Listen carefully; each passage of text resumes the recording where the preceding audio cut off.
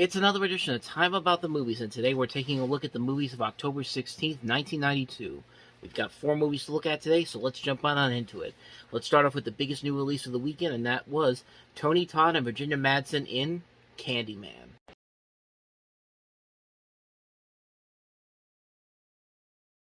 This is actually a pretty damn good movie. I mean, this is a really solid movie. Very creepy, very terrifying, it's very intense. I mean, really, it really is a movie that really does keep you invested in what's going on. And it helps to have a guy like Tony Todd, who would later also become known as the guy from the Final Destination movies, Death, in that movie. I mean, he just has the perfect voice, the perfect persona, the perfect personality for this role of Candyman. And Virginia Madsen and Casey Lemons, they do a very good job working off of each other with the material given here. The movie overall is very flawed at times. There are several elements in here that don't really make a whole lot of sense overall, but the movie overall, it's not only very scary, but it also is very of the time period. Like, it's a movie that has kind of stood the test of time and has actually held up so many years later, and right to the point where this past remake that we had, the Candyman 2021 remake, which I actually watched recently, it's pretty good. It was pretty good overall. Maybe not quite as good as the original film, but it was interesting to see what Jordan Peele's production company could put to the story, and it was very investing too. It kept you invested. It kept the thrill level going on. The scares in there are pretty good. The scares in this movie are very good too. There's never any moments that feel forced onto you. Everything is kind of earned in this movie. Nothing ever feels like it's just doing it for the sake of just doing a jump scare. And topical issues all around here that actually do kind of hold up many years later. And the ending is very questionable, I will say. The ending doesn't really make a whole lot of sense when you really think about it, but for what it is, it's a very good movie overall. It's a movie that's really works mostly because of what Tony Todd brings to the table. The cast overall is great here. The story is very well written. The scares are genuinely effective. If the ending had been a little bit more, what do I want to say here? A little bit more concrete, then maybe you would have had something there. But as far as the movie itself goes, it does still hold up many years later. It's a movie that overall works very well. Like I said, the visuals work very well, the scares work very well, the casting overall works very well. There are a lot of topical elements that do still hold up after all these years. It's still a pretty solid movie all around. It's a movie that I'd say, if you're looking for a good scare this Halloween, this movie is definitely going to do the trick for you. Candyman, can't go wrong with this movie at all. So, with that said, let's go ahead and move on to the next movie that we have here, and that is Kevin Kline and Kevin Spacey in Consenting Adults.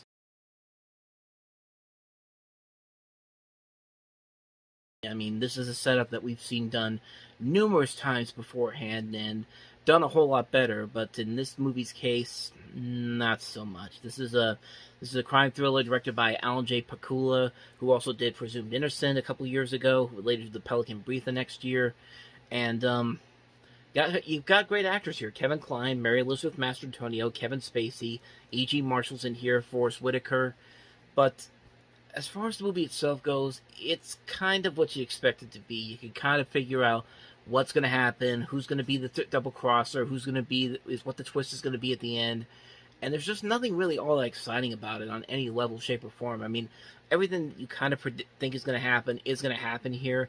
I think all these actors deserve a better movie than this. I mean, in a way, there is some kind of potential here to it, but you need a much better script to work with, honestly. And this one, it just pretty much straightforward tells you how it's going to turn out, and there's no real surprises in it whatsoever. And the actors in here really aren't trying all that much, honestly. It feels like a cliched riddled erotic thriller that was kind of rushed into production to kind of capitalize on stuff like Basic Instinct. I mean, you even hear the Basic Instinct score in that trailer there. But yeah, this one's pretty forgettable. Despite all the people that they have involved here, this is an overall forgettable movie. It's one that rightfully is forgettable because it's not really all that good. So that's Consenting Adults for you. Let's go ahead and move on to the next movie that we have here, and that is, if I could figure out what it is now. Oh, now I have it. Joe Pesci and Barbara Hershey in The Public Eye.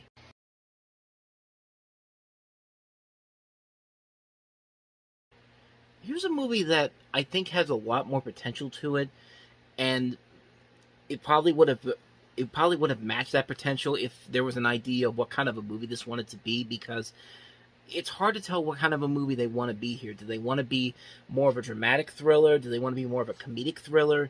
I mean, I've seen trailers and TV spots for this particular movie that really don't know what kind of genre they want to go for here. I mean, this is clearly trying to be a modern day neo noir type of movie. You got Joe Pesci playing this crime photographer, and he really is the best thing about this movie. He does carry this movie all the way through, and I mean, it's because it's Joe Pesci. I mean, usually the guy can never turn in a really bad role, no matter what he's in.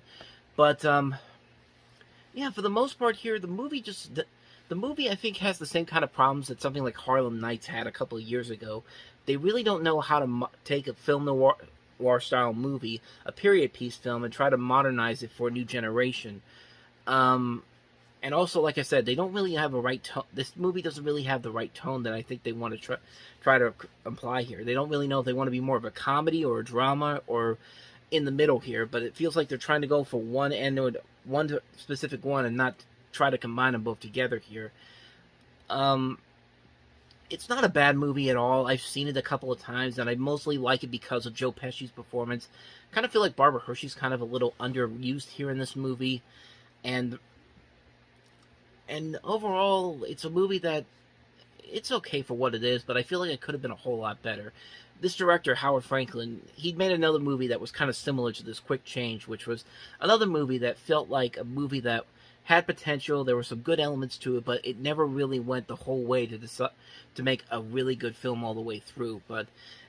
And here it kind of feels like the same thing too. Like like I said, there are elements here that do kind of work, but the tone really is the biggest problem that this movie has. It can't really figure out what kind of a film it wants to be, other than a neo-noir film. Does it want to be more of a dramatic neo-noir film or a more comedic neo-noir film? It can't really decide on which one it really wants to be, and I think that's kind of where it suffers. But if you want to see some good Joe Pesci material, this is definitely a movie you should check out just for his performance alone. But other than that, though, you could probably skip this one, honestly. That's pretty much what I have to say about The Public Eye. Now let's go ahead and move on to the last movie that we have here, and that is Robert De Niro and Jessica Lange in Night in the City.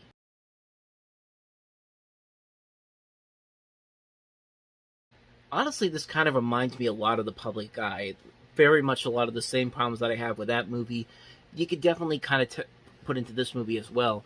That trailer really doesn't know what kind of a movie it wants to be. Does it want to be more of a heavier action drama?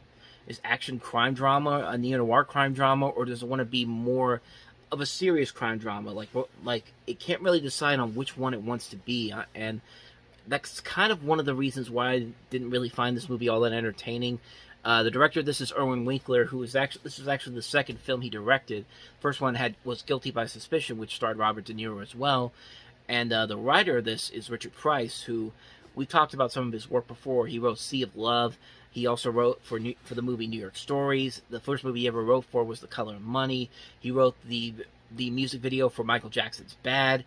He'd have a couple of other movies down the road, including Mad Dog and Glory, Clockers, Ransom, Shaft.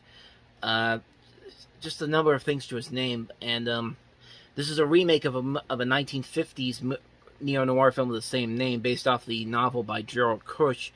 And yeah, really, the biggest problem that this movie has is that it doesn't really know what kind of a movie it wants to be, what kind of a tone it wants to set, and it follows a lot of too many cliches.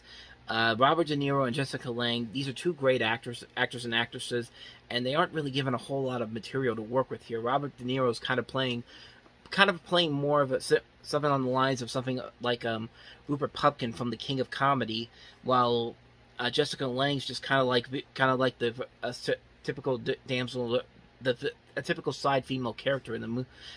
She's the love interest to Robert De Niro's character. There's not really a whole lot more to her character in this, really. You also have Jack Warden in here, Eli Wallach. Regis Philbin has a cameo in here as himself. The movie overall just didn't really have enough edge there. I don't think there was any real indication of what kind of a tone they wanted to set. And I feel like the cast overall isn't really working well with the material that's given to them.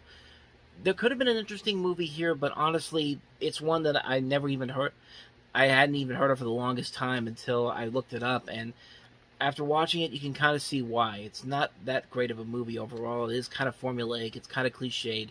It doesn't really do the service to the original film itself, and it does try a little too hard to try to be something that it really isn't trying to be. Like I said, it doesn't really know the type of tone it wants to set. But I mean, I've seen worse from Robert De Niro, but it's one I'd say definitely skip if you can.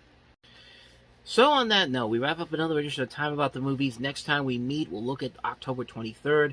5 more movies to look at, including Pure Country. We also have Dr. Giggles, starring Larry Drake, Zebrahead, Quentin Tarantino's first movie, Reservoir Dogs, and also In the Soup. So 5 movies to look at next time. We'll delve into those on the next episode. But until then, thank you very much for watching, and as always, if you want to see more videos like this, please hit the playlist on the next page, check out the previous episode, and I'll see you guys tomorrow for another episode. So thank you for watching, I'll see you next time, and until then, as always, take care.